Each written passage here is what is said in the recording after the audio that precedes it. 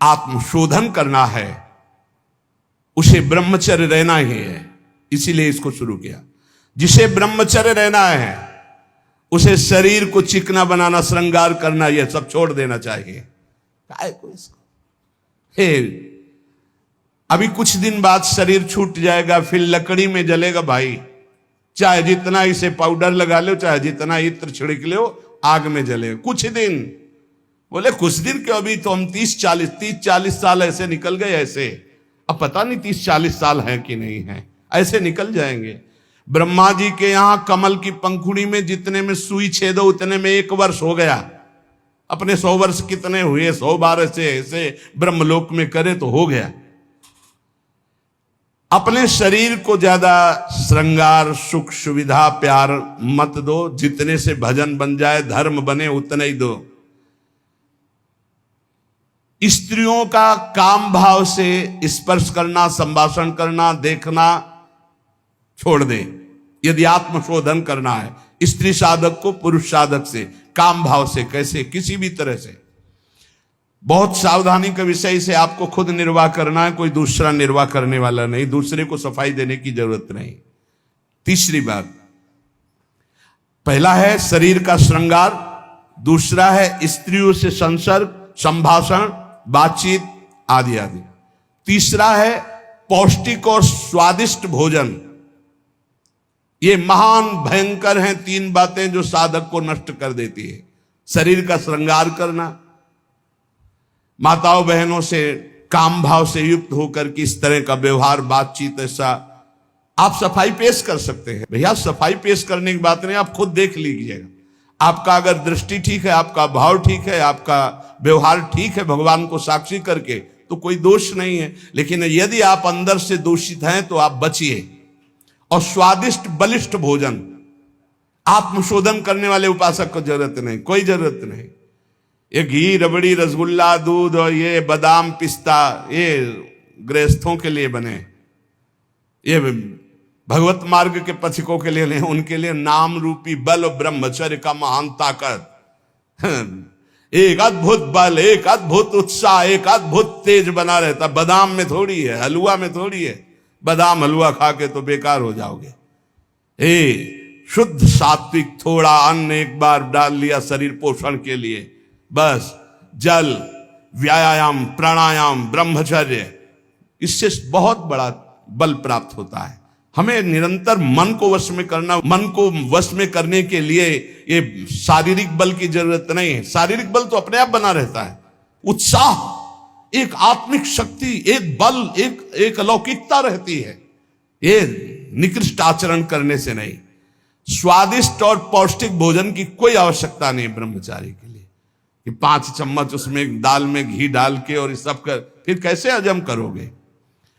तपस्वी उपासक को चाहिए स्त्री के रूप की तरफ, उसके हास्य की तरफ, उसके मधुवचन की तरफ, उनके संकेत की तरफ, उनके हाव भाव की तरफ, या स्त्री उपासक को चाहिए पुरुष के ऐसे परस्पर चितवन को ना देखे, ना चिंतन करे, ना देखे, ना चिंतन करे। परस्पर विरोधी शरीर को राग पूर्वक देखना, उनके अंग प्रत्यंगों का चिंतन करना, उनकी बातें करना, ये ब्रह्मचर्य कदापि नहीं रह सकते जो ऐसे आचरण वाले लोग हैं। ब्रह्मचर्य व्रत में रत रहने वालों को अत्यंत सावधानी पूर्वक अपनी इंद्रियों को दर्शन, संभाषण, चिंतन से बचाना है। जो भिक्षुक ब्रह्मचर्य का आनंद प्राप्त करना चाहता है उसको अच्छे अच्छे पदार्थों के स्वाद पाने वाली जिह्वा पर काबू करना होगा। हाँ, ये जवानी जो है ये व्यतीत होनी चाहिए तपस्या में, जलने में व्यतीत होनी चाहिए। तो बुढ़ापा में वर्षा हो जाएगी।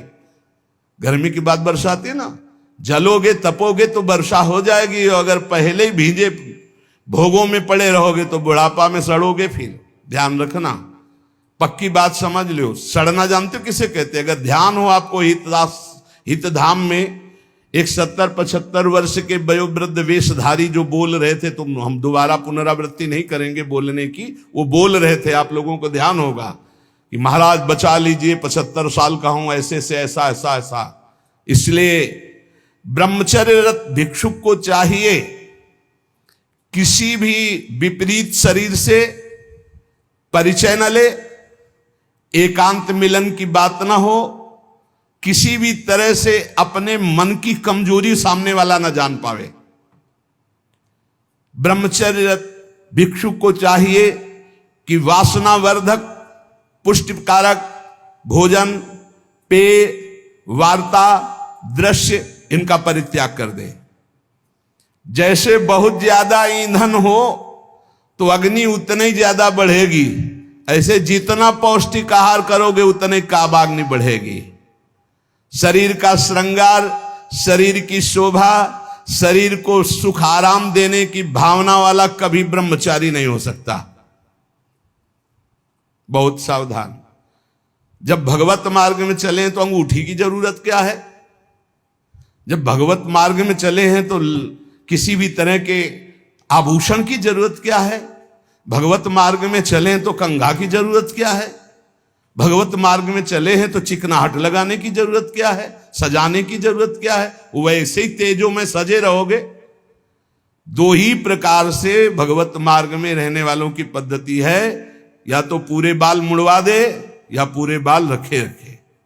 10-20 वर्ष बनाए रखो फिर मुड़वा दो, या पूरे जीवन बनाए रखो, और या फिर 2-2 महीने 4-4 महीने के नियम में उनका मुंडन कराते रहो। ये कंघा लगाना, ये सेटिंग करना, फिटिंग कर, ये सब नहीं है। बांध लगोटा बचा के इंद्री कभी न देखा पर नारी, और भिक्षा के टुकड़े खा करके चढ़ी परमार्थ की तैयारी। आंख उठाकर किसी की तरफ नहीं देखा, काछ वाच मन निश्चल राखे, धन धन जननी तेरी रे, फिर आगे चलकर प्रकाशित हो जाओगे। बहुत सावधानी की जरूरत है, और व्यायाम अत्यंत आवश्यक है। ये नहीं कि हम बहुत सेवा करते, नहीं। अरे ब्रह्मचर्य को पचाने के लिए 1 घंटा व्यायाम की जरूरत है।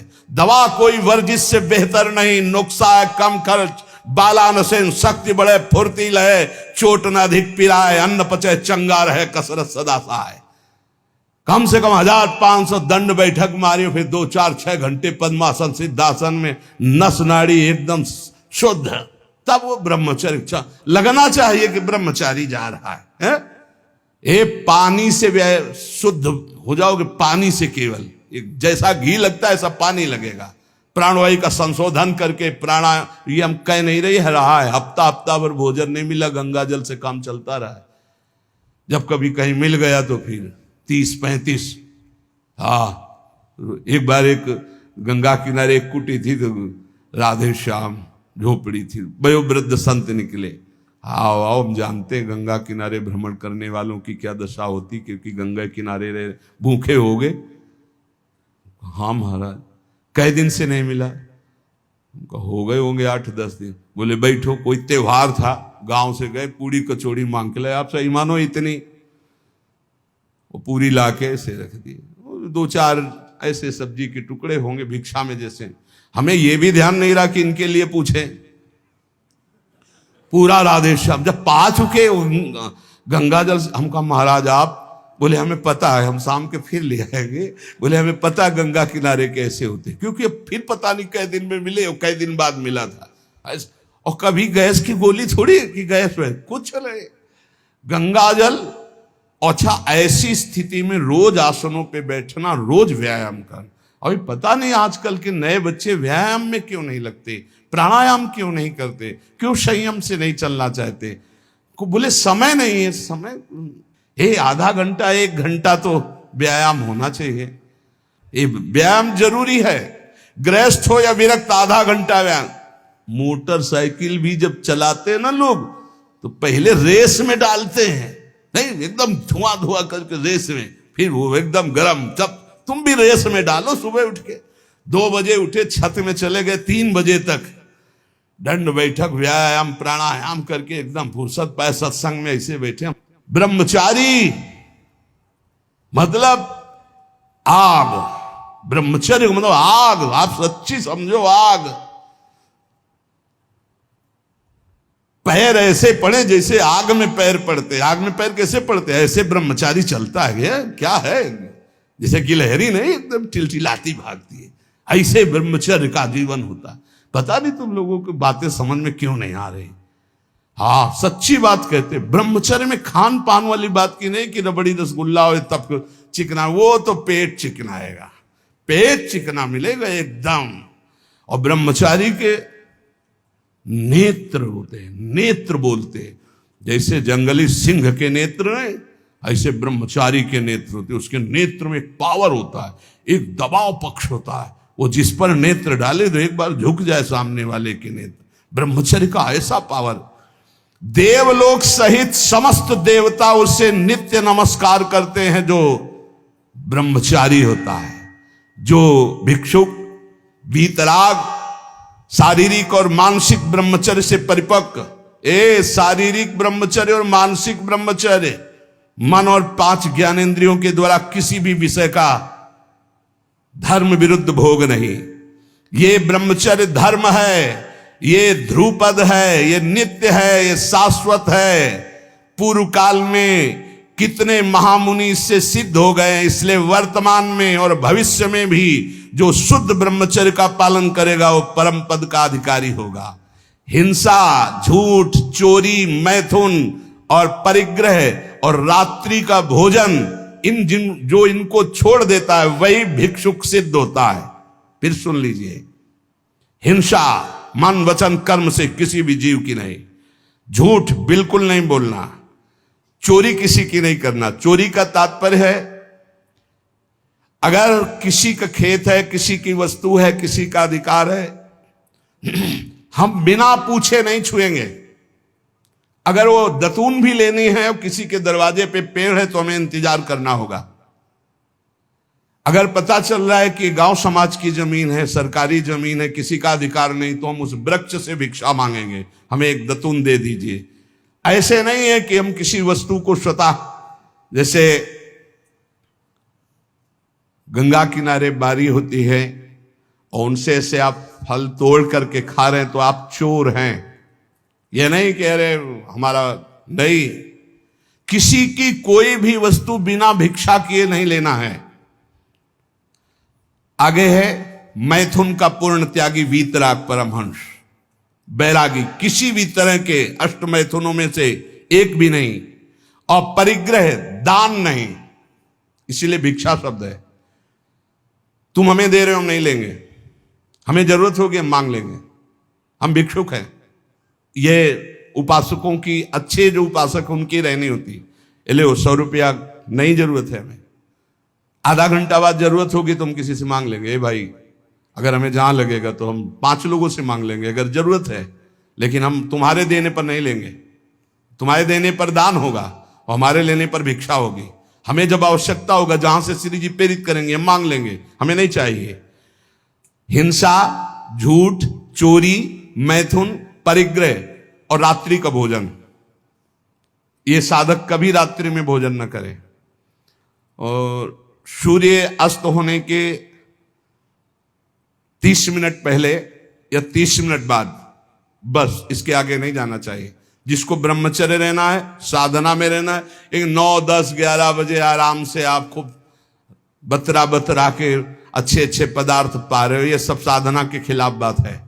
अगर इस समय भोजन नहीं होता 4, 5, 6 सूर्यास्त के 30 मिनट पहले और 30 मिनट बाद तक, फिर आप पानी पी के काम चलाओ या दुग्ध ले लो 200-250 ग्राम। भोजन भरपेट मत करो, क्योंकि हमें 1 बजे रात्रि से जगना है, 2 बजे रात्रि से जगना है, हमें साधना में लगना है। और ठसाठस 11 बजे तक यहाँ पा लिए तो 10-11 बजे तक के लिए वो प्रमाद स्थिति पैदा कर देगा। रात्रि का भोजन निषेध है साधु के लिए, या तो सूर्यास्त होने के पहले या बस सूर्यास्त होने के बाद ही 30 मिनट बाद तक, मतलब 7, बहुत अधिक 7:30, 8, इसके आगे नहीं। 9, 10, 11, 12 ये सब नहीं। गृहस्थों की बात अलग। वीतराग परमहंसों का हमने स्वभाव देखा है, सूर्यास्त होते होते जो कुछ, बस फिर इसके बाद शांत। ये रात्रि का भोजन तो एकदम निषेध है, 8 के बाद तो पाना ही नहीं चाहिए।